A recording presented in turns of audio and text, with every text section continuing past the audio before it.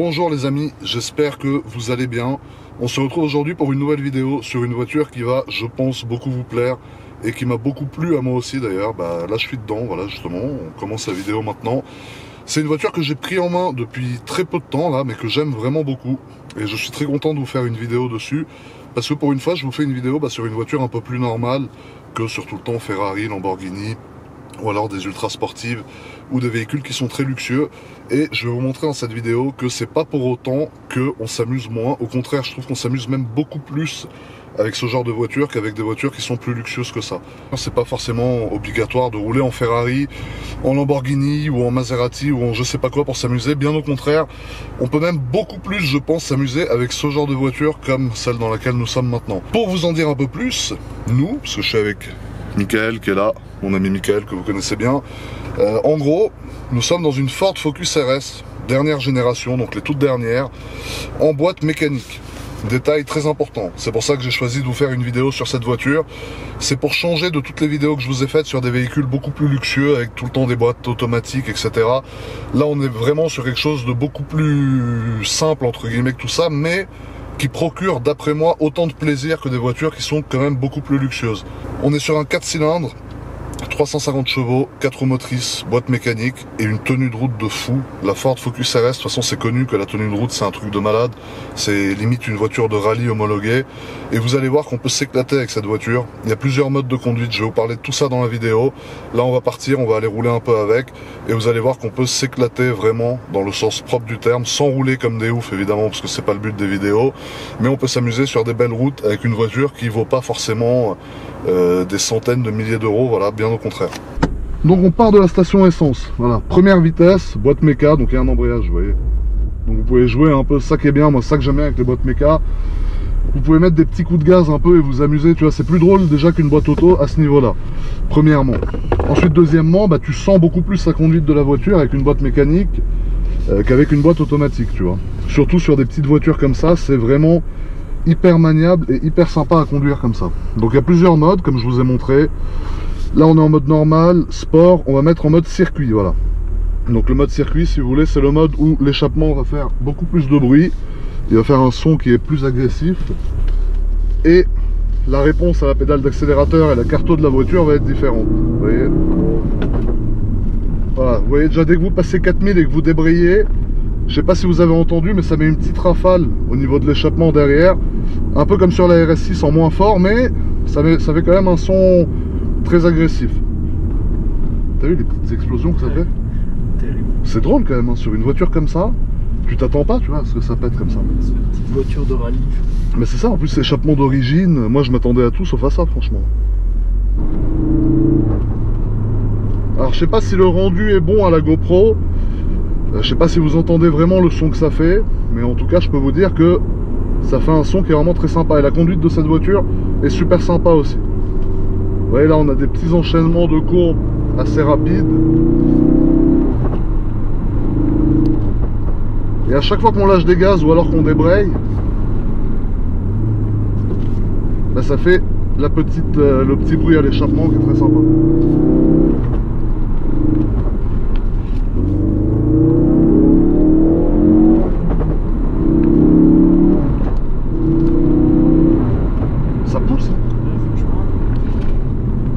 Et la tenue de route, tu vois, elle est pas mal aussi.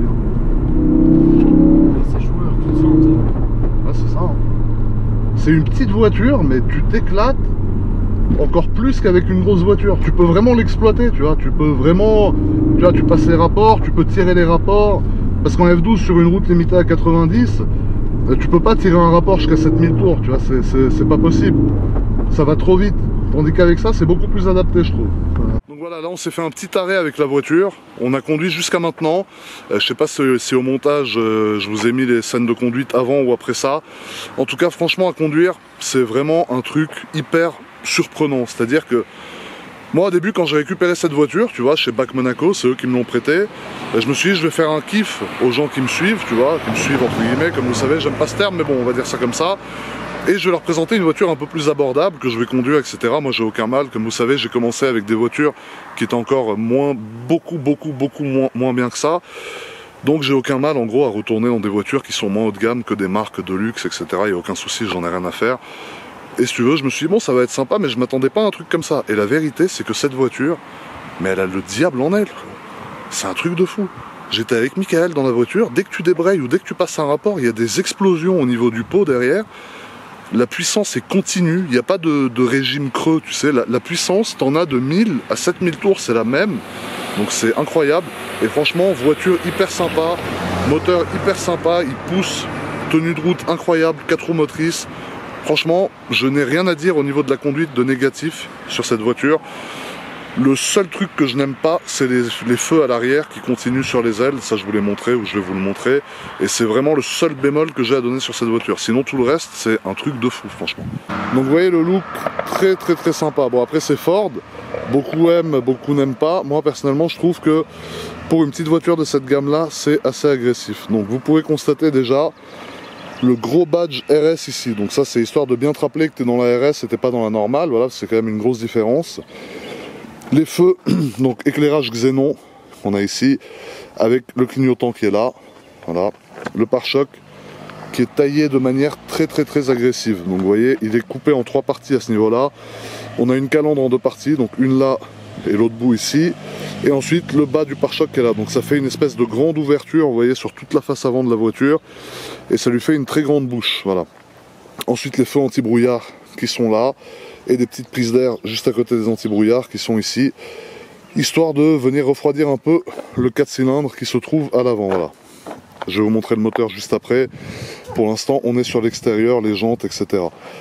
Alors, au niveau des jantes, on est sur du 19 pouces en 235. Donc, vous voyez, c'est des pneus qui sont assez gros, des jantes qui sont assez grosses.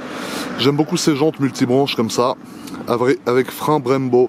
Donc vous voyez l'étrier Brembo qui est couleur bleu ciel, ça je trouve ça très sympa, ça différencie bien et ça vient rappeler encore une fois que c'est une RS. J'aime bien moi les couleurs très pétantes comme ça, c'est-à-dire sur une carrosserie noire, je trouve que c'est très sympa d'avoir des petits détails bleu ciel, comme par exemple aussi au niveau des sièges à l'intérieur, mais ça on va en parler au moment où on parlera de l'intérieur. Voilà. Les jantes à l'arrière du coup, pareil qu'à l'avant, je vous rappelle que c'est un 4 roues motrices, qu'on peut passer en propulsion aussi, mais 3/4 du temps c'est un 4 roues motrices, donc c'est les mêmes dimensions de pneus à l'avant qu'à l'arrière, voilà. Ensuite au niveau de la face arrière de la voiture, vous voyez, voilà ce que ça donne. Donc on a un gros aileron qui est posé sur la fin du toit, qui vient bien rehausser l'arrière de la voiture, avec l'inscription encore une fois RS ici, histoire de bien rappeler qu'on est sur une Ford Focus RS et pas une normale, voilà. Les feux, c'est le seul bémol pour moi. Les feux arrière, j'aime pas trop le fait qu'ils se prolongent sur l'aile arrière. Tu vois, j'aurais préféré un phare qui s'arrête là plutôt que le fait qu'il continue ici. Je sais pas ce que vous en pensez. Dites-moi dans les commentaires si vous aimez bien les feux arrière de cette voiture. Moi, personnellement, j'aime beaucoup la voiture, à la conduite, etc. J'aime beaucoup l'extérieur, mais les feux arrière, c'est le seul bémol d'après moi, voilà. Ensuite, au niveau du diffuseur, donc vous voyez 2 grosses sorties d'échappement, une à gauche, une à droite, avec un anti-brouillard style Formule 1, un peu voiture de rallye aussi, en plein milieu du diffuseur. Donc c'est un diffuseur, vous voyez, avec 4 ailettes, assez prononcées, assez sportives, bien coupées en angle droit.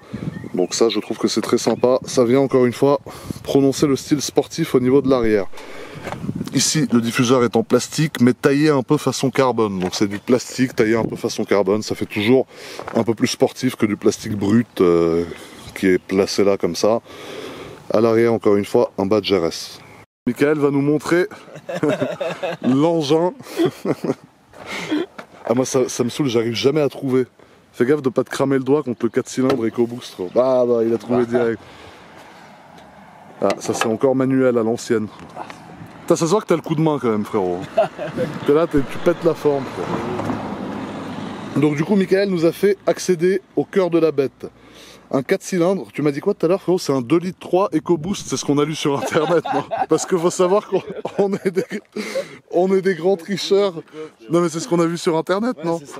2,3 litres EcoBoost, voilà. Parce que voilà, je te cache pas que on ne savait pas. Donc on est allé sur internet, on a regardé, voilà. Donc 4 cylindres, 2,3 litres, EcoBoost, 350 chevaux, 4 roues motrices, boîte mécanique 6 vitesses, voilà pour le pédigré de la voiture.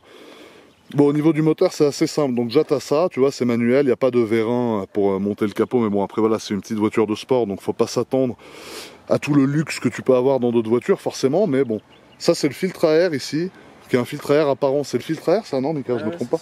Il est apparent, c'est bizarre, c'est la première fois que je vois un filtre à air apparent comme ça. Avec l'inscription RS ici. Donc ici le petit moteur. Ici je pense qu'on a le liquide de refroidissement de la voiture. Ça les gars, jamais ouvrir à chaud, sinon ça gicle partout, c'est très chaud et tu risques de t'en rappeler très longtemps. Tu penses quoi de ce jeune moteur? Il est très beau frérot. Il est très beau. Non mais franchement, tout à l'heure quand on conduisait, t'as vu, ça marche quand même. Non, hein. franchement ça marche une tonne. Ah, ça marche une tonne, hein, c'est un truc de fou. Ouais. La poussée, en fait, vous sentez qu'il y a du couple, il y a de la puissance tout le temps, il est plein à tous les régimes le moteur. Et franchement, comme ça, on dirait un vieux truc, tu vois, parce que moi, demain, t'ouvres, tu me montres ça, je vais dire, ouais, c'est pourri, tu vois. Et en fait, c'est quoi, comme quoi, l'habit ne fait pas le moine, frérot. C'est-à-dire que là, franchement, je vous jure que moi, à la conduire, la voiture, ça pousse vraiment, c'est vraiment extrêmement sympa à conduire. Donc de là où on partait sur un petit truc comme ça, on s'est dit, ouais, ça va être drôle. Mais en fait, on s'est rendu compte que la poussée, c'était vraiment impressionnant, quoi. Toi, côté passager, tu sentais, non, que ça poussait quand même. Non, on sent bien les turbos, franchement. Ah, on sent bien. Ouais. Non, c'est top. Ah non, c'est pas mal, franchement. Bonne expérience avec cette voiture. Alors maintenant, au niveau de l'intérieur du véhicule.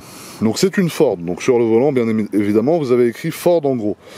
C'est un volant très sympa, avec l'écriture RS ici, et les surpiqûres bleu ciel. Donc ça, pour rappeler les étriers de frein qu'on a là, voilà. Et les badges RS que je vous ai montrés, qui sont disposés à l'avant et à l'arrière de la voiture. Donc ils ont choisi sur cette voiture des rappels bleus. Vous voyez, vous en avez également sur les sièges, qui sont des sièges façon Recaro, un peu très sympa, avec des rappels bleus tout le long, ou alors avec des surpiqûres bleues sur la partie centrale, assise du siège, et un petit badge RS ici, au niveau, juste en dessous de l'appui-tête. Ici également, vous avez une écriture avec écrit Recaro, parce que c'est des sièges style Recaro, enfin Recaro, voilà. Donc ça pareil, le maintien est excellent. Moi, comme vous le savez, j'ai quelques problèmes de poids, entre guillemets. Donc quand je rentre, ça déborde un peu de partout. Mais pour une personne avec une corpulence normale, je pense que le maintien est excellent dans le siège. Après voilà, ici on a du simili-cuir. Ça c'est pas du cuir. Avec encore une fois de la surpiqûre bleue. Donc je pense que du simili-cuir c'est mieux que du plastique brut comme ça, comme on a ici. Donc c'est pas mal, voilà. Après voilà, bouton de fenêtre, etc. Il y a beaucoup de plastique quand même dans la voiture, parce qu'il faut pas oublier non plus qu'on n'est pas sur une voiture à vocation très luxueuse, tu vois, là c'est plus une voiture que tu achètes pour le plaisir de conduite entre guillemets. Donc au niveau de tout ce qui est intérieur, vous voyez ici premièrement vous avez un mini tableau de bord qui continue, c'est à dire que là vous avez la température d'huile, la puissance du turbo en barre, donc de 0 à 2, et la pression d'huile, voilà. Ensuite ici vous avez le compteur de vitesse classique, donc qui va jusqu'à 6500 tours à peu près, et qui affiche quand même 300 km/h. Je pense pas que la voiture aille jusqu'à 300 km/h, mais il les affiche. Ensuite sur la partie centrale vous avez la température d'eau et la jauge d'essence, voilà. Ici vous avez l'autonomie, et ensuite vous pouvez accéder à divers menus, voilà, qui sont là sur le tableau de bord, à l'aide de flèches qui sont là. Donc par exemple vous avez le menu, la durée de conduite, la vitesse moyenne, etc. Voilà, après vous avez plein de petits résumés, donc les menus sont très bien résumés entre guillemets. Ici on a tout ce qui est régulateur de vitesse. Ici on a le volume, donc pour la radio, ou alors pour répondre ou raccrocher aux appels téléphoniques lorsque quelqu'un vous appelle et que vous avez votre téléphone branché en Bluetooth. Ici, donc là c'est la partie la plus intéressante. Premièrement parce que c'est une boîte mécanique, donc une boîte manuelle, 6 rapports, donc ça ajoute énormément au plaisir de conduire. Moi personnellement j'aime beaucoup conduire des boîtes méca, je trouve que tu sens mieux la voiture et tu peux mieux la gérer. C'est pour ça aussi que même sur mes voitures en boîte automatique, en général, je mets les palettes. Bon, il n'y a pas l'embrayage, vous voyez, il n'y a pas la troisième pédale qu'on a ici, là, la pédale d'embrayage qui est là. Mais voilà, sur les voitures boîte auto, vous n'avez pas cette pédale-là, vous avez que frein ou accélérateur ici, voilà. Cependant, voilà, la boîte méca, comme j'ai pu vous le dire, va rajouter beaucoup de plaisir à la conduite. Ensuite, ici, donc ça, vous avez de quoi mettre le SP off. Vous allez me dire, ça sert à rien sur une 4 roues motrices. Mais c'est une voiture 4 roues motrices, mais en appuyant là, vous voyez, vous accédez à plusieurs modes de conduite. Donc vous avez le mode normal, vous avez le mode sport, donc c'est un mode qui est un peu plus agressif. Vous avez le mode circuit. Donc le mode circuit va désactiver le SP, vous voyez, il y a le SP off qui s'est affiché juste là, et va donner à la voiture un comportement beaucoup plus agressif. Et après le mode circuit, tu as le mode drift. Donc ça c'est un mode où la voiture va basculer en propulsion. Donc tu oublies les 4 roues motrices, tu passes en propulsion, et ça va te permettre de faire du drift avec ta voiture. Voilà. Donc ça, je trouve ça extrêmement sympa, qu'avec un tout petit bouton comme ça, tu puisses passer d'un mode 4 roues motrices à un mode propulsion, et que tu puisses du coup t'éclater avec ta voiture, parce que déjà qu'en 4 roues c'est amusant, en propulsion je pense que tu peux vraiment faire glisser un peu la voiture en mode drift, la faire glisser et jouer beaucoup plus avec la voiture. Évidemment à faire sur route fermée, voilà, parce que sur route ouverte, faire du drift sur des routes ouvertes c'est très dangereux, mais voilà.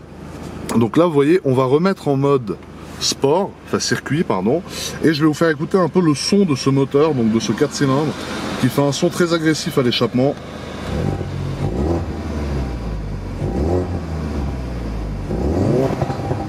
Vous voyez, ça pète un rallonge. Donc vous voyez, il met des petites explosions déjà, même quand la voiture n'est pas en train de rouler, ça le fait. Ça j'aime vraiment beaucoup, je vous jure, je sais pas pourquoi j'ai un blocage avec ça. C'est comme sur ma RS6, j'adore quand ça fait des explosions à l'échappement. Et cette voiture le fait, voilà, donc c'est un signe. C'est pour ça que j'apprécie beaucoup cette voiture.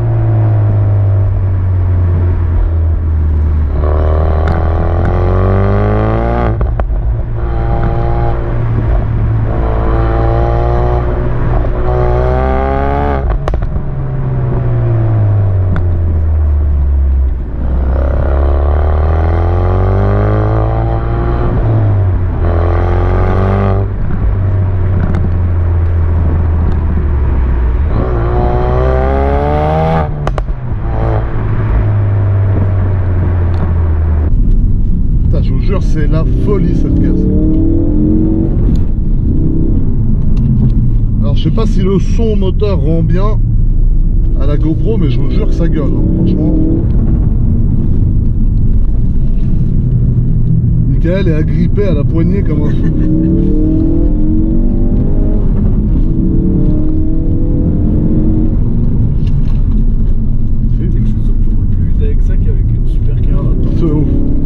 Ouais, c'est ce qui... Là, je sais pas si vous avez entendu ce qu'il m'a dit, parce qu'il y a beaucoup de bruit dans la voiture.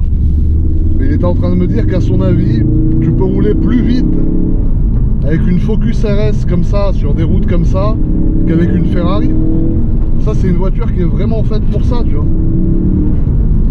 En plus, ça, la route est magnifique.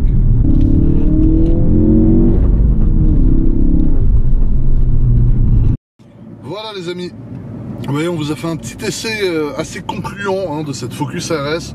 Donc je le répète encore une fois, c'est vraiment prouvé, encore une fois, voilà, je le savais déjà, mais j'aime bien me le reprouver à chaque fois.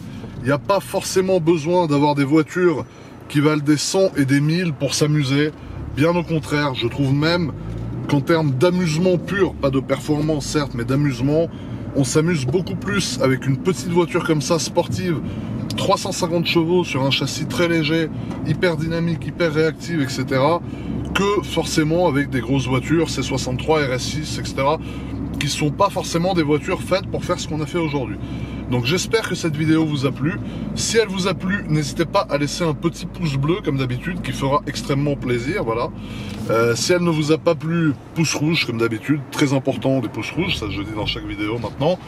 Et si vous voulez que je vous fasse plus d'essais, c'est-à-dire plus souvent de véhicules un peu plus normaux, entre guillemets, bien que là on n'est pas sur un véhicule complètement normal, parce que c'est quand même du haut de gamme, tu vois, c'est quand même une voiture qui vaut un certain prix, mais pour plus de véhicules, pour des essais de plus de véhicules, pardon, de gamme plus normale, type Focus RS, Mégane RS, Golf R, tout ça, bon, c'est des exemples, hein, je vais pas forcément prendre une de ces voitures-là, mais faites-le moi savoir dans les commentaires si jamais ça vous intéresse, voilà.